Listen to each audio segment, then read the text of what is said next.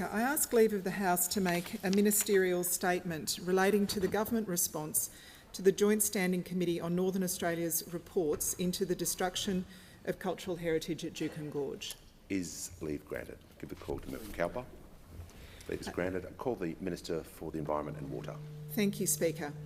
I begin by recognising that this Parliament meets on the home of the Ngunnawal and Ngambri people. I acknowledge the traditional owners of the land and pay my respects to their elders past and present. This is, was and always will be Aboriginal land. Today the Australian Government is formally tabling our response to the interim and final report by the Joint Select Committee on Northern Australia into the destruction of Juukan Gorge on the 24th of May 2020. I want to thank all members of Parliament from different political parties who worked through these very thoughtful reports. And I particularly want to thank Senator Dodson for his role in guiding the reports. Most of all, I want to give my deepest thanks to the traditional owners who participated in this inquiry. My particular gratitude is owed to the Butu, Gunti, Guruma and Binigura people, who are the traditional owners of Juukan Gorge. I can only imagine how difficult and painful it was to give your testimony. And I know how unfair it must have felt that it was us, as envoys from the state, that allowed this destruction, who are asking you to relive your pain in public. I also understand why First Nations peoples don't always trust the intentions of government or have much faith in our ability to listen and learn. But please know that your testimony was received as the gift that it was. The only way that we can honour that gift is to listen to you, to work with you and to reform our laws to make sure that this never happens again. As the Butu, Gunti, Guruma and Binigura people wrote in their submission to this inquiry, the Juukan Gorge disaster is a tragedy not only for our people, it is also a tragedy for the heritage of all Australians and indeed humanity as a whole. We can feel the scale of this loss when we hear the way traditional owners described it in their testimony. This place was, and I quote, an anchor of our culture. It was, I quote, a museum of heritage. It was a site of profound, sacred, unique and ancient power. The Juukan Gorge is one of the oldest sites of human habitation in Australia, with 46,000 years of continuous culture, traditions, practices and stories. When the site was excavated in 2014, archaeologists were amazed at what they found. A 4,000-year-old hair belt, a 28,000-year-old bone tool, one of the oldest of its kind ever found in Australia, and a whole collection of ancient grinders and stone tools, some of the oldest that have ever been seen on this continent. That's the scope of history that we're dealing with here. It is unthinkable that any society would knowingly destroy Stonehenge or the Egyptian pyramids or the Lascaux caves in France. When the Bamiyan Buddhas were destroyed in Afghanistan, the world was rightly outraged. But that's precisely what occurred in Juukan Gorge.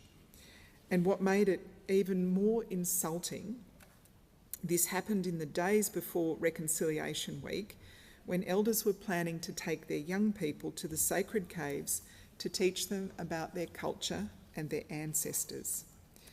This report explains how we reached that shameful moment. The reports make for difficult, infuriating and often shocking reading. But it's important that Australians understand what happened, because we have to remember that this was legal desecration. No laws were broken here. Instead, we have an entire system frustrating the interests of Indigenous history and culture. These reports tell the story of Juukan Gorge, but they also tell the much bigger story of our national failure on Indigenous cultural heritage.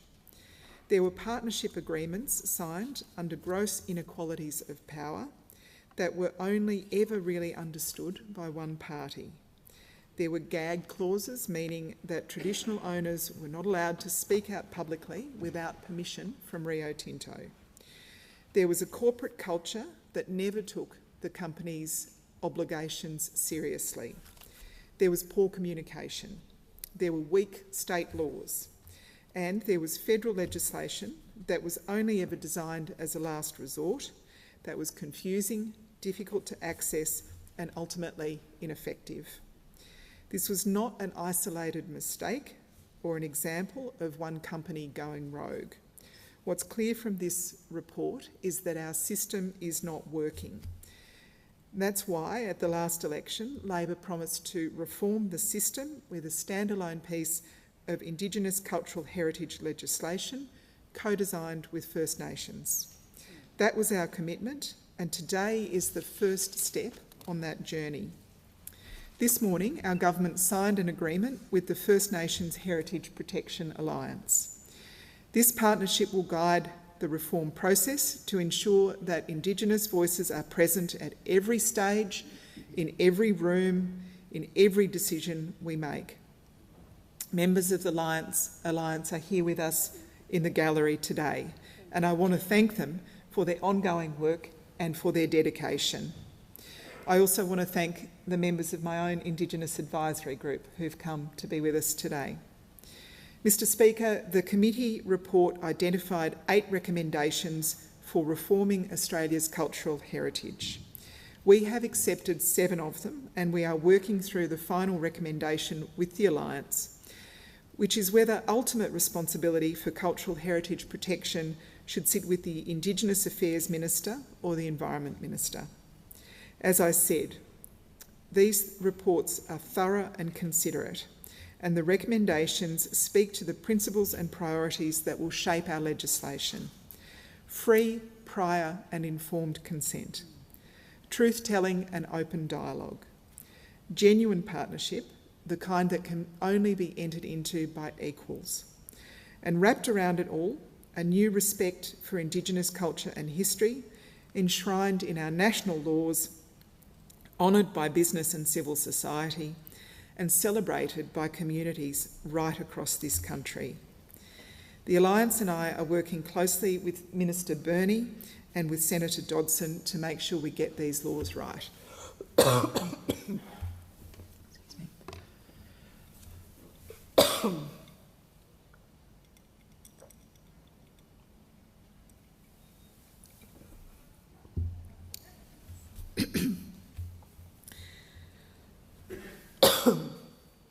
Just like we are working closely with states and territories to make sure that our rules are harmonised across the Commonwealth. And we will work closely with business, who have already shown a great willingness to learn from past experience and to grow. These reforms are not about stopping development or halting progress. They're about redressing an imbalance, our oldest imbalance. We're protecting Indigenous cultural heritage for the same reason we're supporting the Uluru Statement of the Heart and the Voice to the Parliament. We are always a better country, more unified and confident and secure in ourselves when we give everyone a seat at the table and we listen to all voices. There's never been a better moment to take this step. As the Prime Minister said in his speech to Gama earlier this year, in our lifetime, there has been an extraordinary and joyous change in the way that Australians from all walks of life have embraced the privilege we have to share this island continent with the world's oldest continuous culture. We've got the momentum behind us, and with it, I truly believe the goodwill of the Australian people. We are so lucky to live in this country with an endlessly rich culture to draw on, to learn from, to love, to value, to cherish.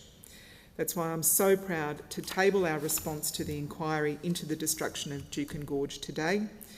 We acknowledge that we have to do better. We are committed to doing so in partnership with First Nations Australians. Yeah.